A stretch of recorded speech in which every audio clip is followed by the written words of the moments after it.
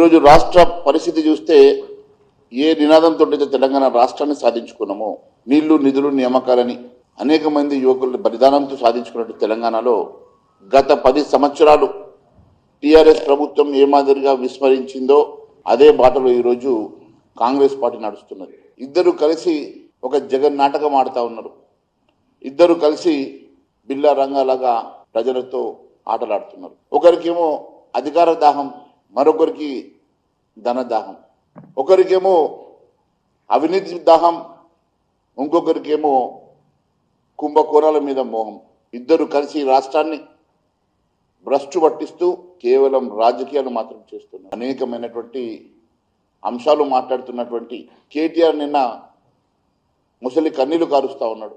అధికారం కోల్పోయిన బాధ మాత్రమే వెళ్ళబోస్తా ఉన్నాడు. ఈ కుమ్మలాటలు, ఈ రాజకీయాలు, ఈ నాటకాలన్నీ కూడా ఒకరికి అధికార దాహంతో అయితే మరొకరికి అవినీతి మీద మోహంతో మాత్రమే వీళ్ళు ప్రజల జీవితాలతో ఆటలాడుతూ ఉన్న సంగతి నేను తెలియజేస్తా ఉన్నాను. ఈ రాష్ట్రాన్ని లక్షల కోట్ల రూపాయల అప్పులు చేసి దాదాపు 8 కోట్ల రూపాయల అప్పు చేసినటువంటి టీఆర్ఎస్ ప్రభుత్వం అదే బాటలో ఈరోజు దాదాపు 4 లక్షల కోట్ల రూపాయలు కేవలం 2.5 సంవత్సరాల్లో అప్పు చేసిన కాంగ్రెస్ ప్రభుత్వం.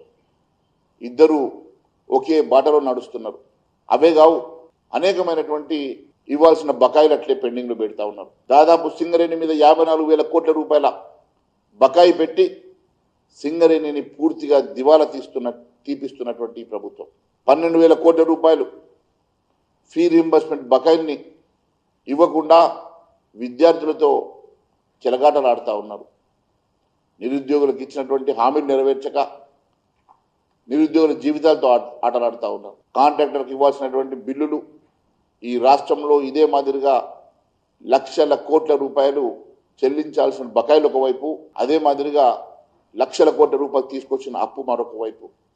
ఇద్దరిది ఒకే బాట, ఒకే పాట, ఒకే మాట. వీళ్ళిద్దరు కలిసి ఈరోజు ఒకరినొకరు తిట్టుకున్నట్టు, ఒకరు చేస్తే ఏడ్చినట్టు ఇంకోరు చేసినట్లు ఇద్దరు కలిసి ఒక జగన్ నాటకం ఆడుతున్న సంగతి నేను గుర్తు చేస్తా ఉన్నాను.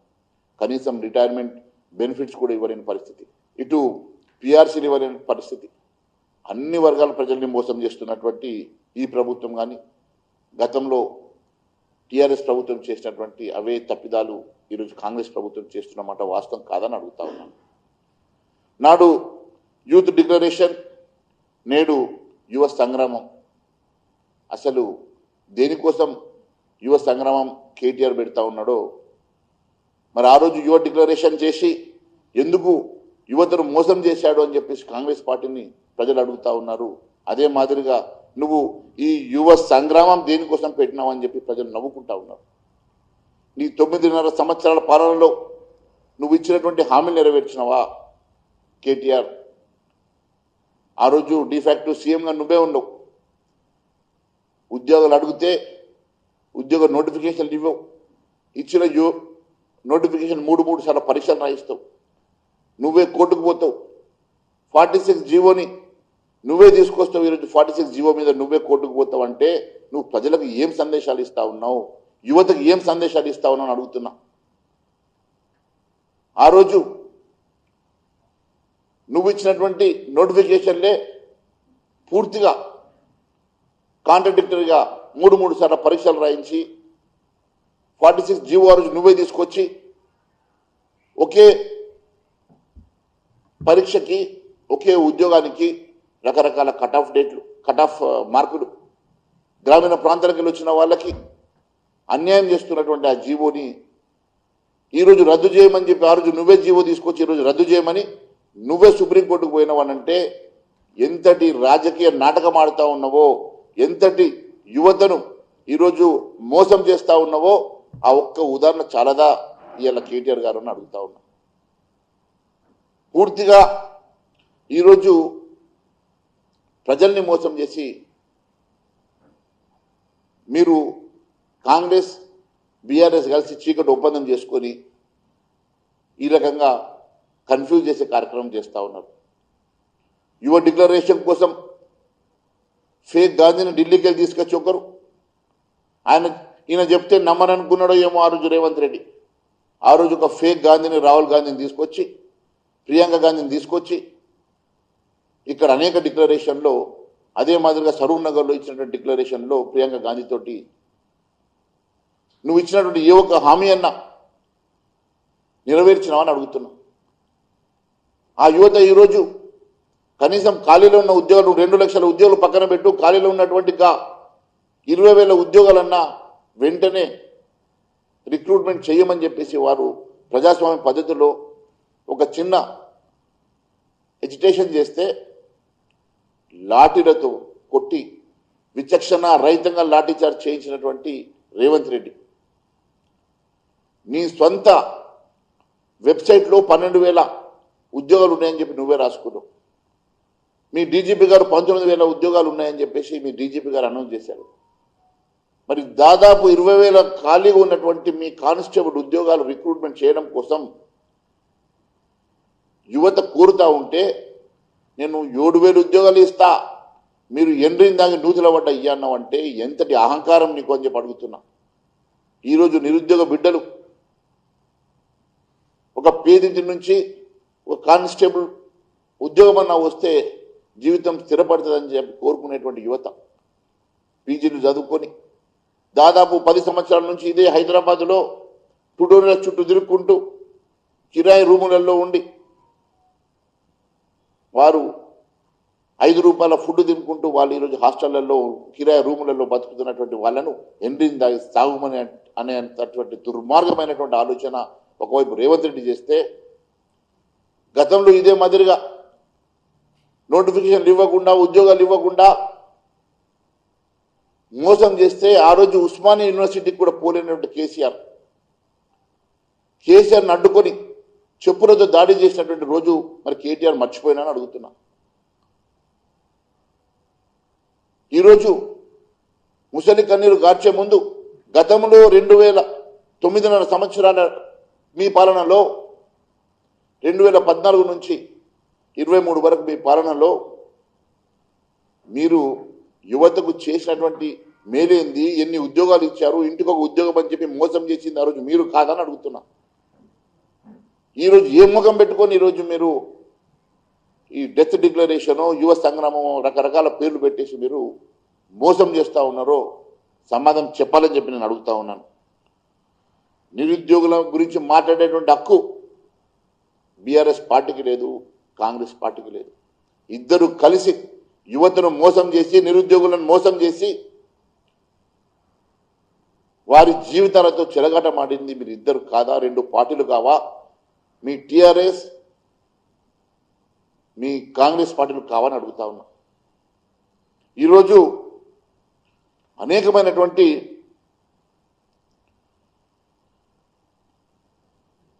భోగళ్లపై హామీల వర్షం కురిపించి రేవంత్ రెడ్డి నిరుద్యోగులకు ఈరోజు విషం చెబుతున్నాడు. హామీలు ఇచ్చేటప్పుడు దాదాపు ఈ ప్రాంతంలో 30 లక్షల మంది నిరుద్యోగ యువత అని చెప్పేసి మీరు రాహుల్ గాంధీ మాట్లాడిన రోజు వారి కుటుంబాలందరూ కలిసి ఓటేస్తే 1 కోటి ఓట్లు, ఆ 1 కోటి ఓట్ల కోసం నీవు ఆ రోజు పూర్తిగా ఈ ఓట్ల కోసం యువ డిక్లరేషన్ పేరు మీద వారిని మోసం చేసి ఈరోజు నీ గద్దెనెక్కిన తర్వాత వీళ్ళని ఎండిని దాగి సాగుమనేంతటి దుర్మార్గమైనటువంటి ఆలోచన చేస్తున్నామంటే మీరు ఇద్దరు టీఆర్ఎస్ కాంగ్రెస్ కలిసి మీరు చేసినటువంటి మోసం ఎట్టి పరిస్థితిలో నిరుద్యోగ యువత మర్చిపోదని చెప్పి నేను తెలియజేస్తా ఉన్నాను. ఒక్క పరీక్షను 3 సార్లు బీజేపీ పాలనలో నిరుద్యోగకి ఎంత అగ్ని పరీక్ష ఉన్నదో ఈరోజు యువత నిరుద్యోగం గురించి కేటీఆర్ గారు మాట్లాడుతూ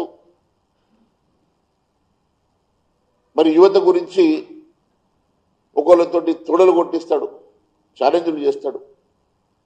మరొక వైపు ఆయన మాట్లాడుతూ యువతను రెచ్చగొట్టేటువంటి ప్రయత్నం చేస్తూ ఉన్నాడు. నేను ఆయన మాట్లాడేటువంటి స్పీచ్ చూస్తూ ఉంటే నేను చెప్పట్లేదు అనుకుంటేనే యువతను శ్రీలంకలో జరిగినట్లు బంగ్లాదేశ్లో జరిగినట్లు వారిని రెచ్చగొట్టేటువంటి ప్రయత్నం చేస్తూ ఉన్నాడు. మీ 10 సంవత్సరాలు మీ 9.5 సంవత్సరాల మీ పాలనలో మీరు చేసిన మోసమే ఈరోజు కాంగ్రెస్ పార్టీ చేస్తున్నది కాబట్టి ప్రజలు ఈరోజు మీ ఇద్దరిని నమ్మే పరిస్థితిలో లేరు అని చెప్పి తెలియజేస్తా ఉన్నాను.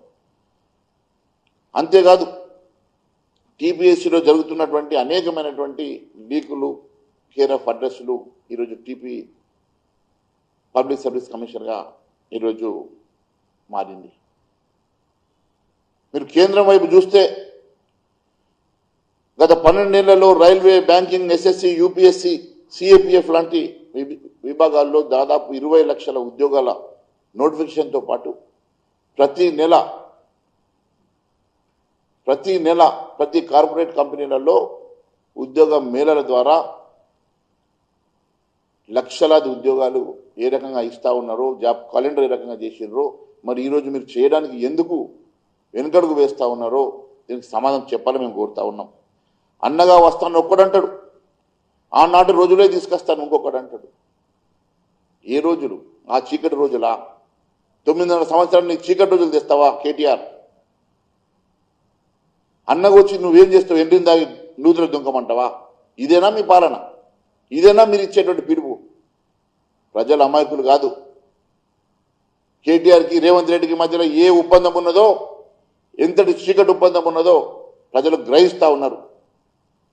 లేకుంటే ఆ రోజు నువ్వే అంటివి లక్షల కోట్ల రూపాయల అవినీతి జరిగింది, అవినీతి సొమ్మంతా నేను అధికారం రాగానే కక్కిస్తా అంటివి. అధికారం రాగానే అదే కక్కించిన అవినీతి సొమ్ముతోటే సంక్షేమ కార్యక్రమం చేస్తా అంటివి కదా. ఎన్ని రూపాయలు కక్కిస్తేవి? ఎన్ని అవినీతి కుంభకోణాలు బయటకు తీస్తేవి? ఎన్ని సంక్షేమ కార్యక్రమాలు చేస్తేవి? ఎన్ని కేసులు పెడితేవి? ఎంతమంది జైలుకి పంపిస్తేవి? ఇదేనా నువ్వు ఆలోచించిన మాట? మీ ఇద్దరి చీకటి ఒప్పందం మాకు అర్థం కాదనుకుంటున్నావా? ప్రజలు గమనిస్తలేరు అనుకుంటున్నావా? ఇద్దరు కలిసి కేటీఆర్, రేవంత్ రెడ్డి దోస్తానా బట్టబయైంది. ఇద్దరు కలిసి ఆడుతున్న జగన్ నాటకం, చీకటి ఒప్పందాలు ఖచ్చితంగా బయటకు వచ్చినాయి. ప్రజలు ఈరోజు చాలా క్లారిటీతో ఉన్నారనే సంగతి నేను తెలియజేస్తా ఉన్నాను. మిత్రులారా, 10 ఏళ్ల పాలనలో ఆకలి, అప్పులు, అవమానాలు తప్ప, గాయాలు తప్ప తెలంగాణ బిడ్డలకు నువ్వు 9.5 సంవత్సరాలు ఏం చేసినావు అని చెప్పి నేను అడుగుతా ఉన్నాను కేటీఆర్ని. అదే బాటలో 2.5 సంవత్సరాలలో అవే అప్పులు, అదే అవినీతి, అదే కుంభకోణం, అదే గాయాలు, అదే అవమానాలు తప్ప ఈ కాంగ్రెస్ ప్రభుత్వం ఏమున్నాయని అడుగుతా ఉన్నా. ఇద్దరు కలిసి చేస్తున్నటువంటి ఒకే మాట, ఒకే బాట, ఒకే పాట, ఒకే అవినీతి, ఒకే కుంభకోణాలు, ఒకే మాదిరి పాలన అని చెప్పి తెలియజేస్తా ఉన్నాను. వీళ్ళ ఈరోజు యువత మీద, నిరుద్యోగ యువత మీద మాట్లాడే అధికారం వీళ్ళకు ఉన్నదా? వీళ్ళ ఈరోజు యువత గురించి ఆలోచించేవాళ్ళు. అధికారం ఉన్నప్పుడు ఒక మాదిరి, అధికారం కోల్పోయినాక ఈరోజు ముసలి కన్నీళ్ళు. అధికారం ఉన్నప్పుడు అహంకారం, అధికారం ఉన్నప్పుడు నెత్తి మీద కళ్ళు, ఈరోజేమో ఇలాంటి గుడ్డకు మాటలు, మాయ మాటలు. ఇదే కేసీఆర్ కుటుంబంకి అలవాటైనటువంటి పనితీరు. అంతేకాదు బీజేపీది అవకాశవాదమా, జాతీయవాదమా అంటాడు కేటీఆర్. అయ్యా, నేను అడుగుతా ఉన్నాను, ఒకప్పుడు ఉత్తర భారతదేశంలో ఔరంగజేబు ఉంటుండే, దక్షిణ భారతదేశంలో ఆదిల్ షా ఉంటుండే. అదే మాదిరిగా ఔరంగజేబ్ మాదిరి ఈరోజు రేవంత్ రెడ్డి ఉంటే, ఆదిల్ షా లాగా ఈరోజు కేటీఆర్. ఇద్దరు కలిసి ఏ రకంగా భారతదేశాన్ని దోచుకున్నారో, ఇద్దరు కలిసి ఏ రకంగా భారత మాతను నలిపేసి అన్యాయం చేసినరో, అదే మాదిరిగా ఇద్దరు కలిసి తెలంగాణను కూడా అదే మాదిరిగా పూర్తిగా నాశనం చేస్తున్నారు. మీ ఇద్దరి జగన్ నాటకం అందరికీ అర్థమైంది. భారతీయ జనతా పార్టీ ఎప్పుడు జాతీయవాదమే ముందని, దేశం first, party next, self least అనేటువంటి భారతీయ జనతా పార్టీ ప్రతి కార్యకర్త నిబద్ధతోటి అదే మాట మీద నిలబడేటువంటి భారతీయ జనతా పార్టీ గురించి మాట్లాడే హక్కు మీ ఇద్దరికి లేదని తెలియజేస్తా ఉన్నాను. అవకాశవాదానికి care of address KTR KCR కుటుంబం కాదా? అవకాశవాదానికి అవినీతికి కుంభకోణాలకు కేర్ ఆఫ్ అడ్రస్ కేసీఆర్ కుటుంబం కాదా? అదే మాదిరిగా అదే బాటలో నడుస్తున్నటువంటి రేవంత్ రెడ్డి అవినీతికి కేర్ ఆఫ్ అడ్రస్, కుంభకోణాలకు కేర్ ఆఫ్ అడ్రస్, మాయ మాటలకు కేర్ ఆఫ్ అడ్రస్ కాదని చెప్పి అడుగుతున్నాం. అంతేకాదు ఆ రోజు ఆదిల్ షాని ఔరంగజేబుని ఎదిరించడానికి ఏ రకంగా ఛత్రపతి శివాజీ వచ్చాడో ఈరోజు తెలంగాణ కూడా కాపాడడానికి ఛత్రపతి శివాజీలాగా నరేంద్ర మోడీ రాబోతున్నాడు. తెలంగాణలో ఖచ్చితంగా భారతీయ జనతా పార్టీ వల్లనే తెలంగాణ ప్రజలకు న్యాయం జరుగుతుందని తెలంగాణ ప్రజలు భారతీయ జనతా పార్టీ చూస్తూ ఉన్నారు. ఖచ్చితంగా యువతకి, నిరుద్యోగ యువతకి, అన్ని వర్గాల ప్రజానీకానికి భారతీయ జనతా పార్టీ వల్లనే న్యాయం జరుగుతుంది. ప్రజలు కోరుకున్నటువంటి నిజమైనటువంటి తెలంగాణ భారతీయ జనతా పార్టీ వల్ల సాధ్యమవుతుంది, నరేంద్ర మోడీ గారి వల్లనే సాధ్యమవుతుంది. నరేంద్ర మోడీ గారి నాయకత్వంలో తెలంగాణలో రాబోయేటువంటి భారతీయ జనతా పార్టీ ప్రభుత్వంలో అన్ని వర్గాల ప్రజానీకానికి, అన్ని వర్గాల ప్రజలకి మేలు జరుగుతుందని చెప్పి ప్రజలు ఈరోజు విశ్వాసంతో ఉన్న సంగతి గుర్తు చేస్తూ ఈ రెండు పార్టీలకు నేను ఒకటి విజ్ఞప్తి చేస్తా ఉన్నాను. నిరుద్యోగ జీవితాలతోటి దయచేసి ఆటలాడుకోకండి. వాళ్ళను కేవలం ఓటు బ్యాంకుగా మాత్రం చూడకండి. మీరు ఇస్తామన్నటువంటి 2 లక్షల ఉద్యోగాలు వెంటనే ఇచ్చి నిరుద్యోగ యువతను కాపాడుకోండి. ఈరోజు తెలంగాణ రాష్ట్రానికి వెన్నుముక అయినటువంటి యువతను కాపాడాల్సినటువంటి బాధ్యత మనందరి మీద ఉన్నది. ఈరోజు అధికారంలో ఉన్నటువంటి నీవు ఇచ్చిన హామీని నెరవేర్చాలని చెప్పి ఖచ్చితంగా యువతకి ఇచ్చినటువంటి నిరుద్యోగ యువతకి ఇచ్చినటువంటి 2 లక్షల ఉద్యోగాల నోటిఫికేషన్ విడుదల చేయాల్సిందిగా కోరుకుంటూ ఈ అవకాశం ఇచ్చిన మీ అందరికీ ధన్యవాదాలు తెలియజేస్తాం.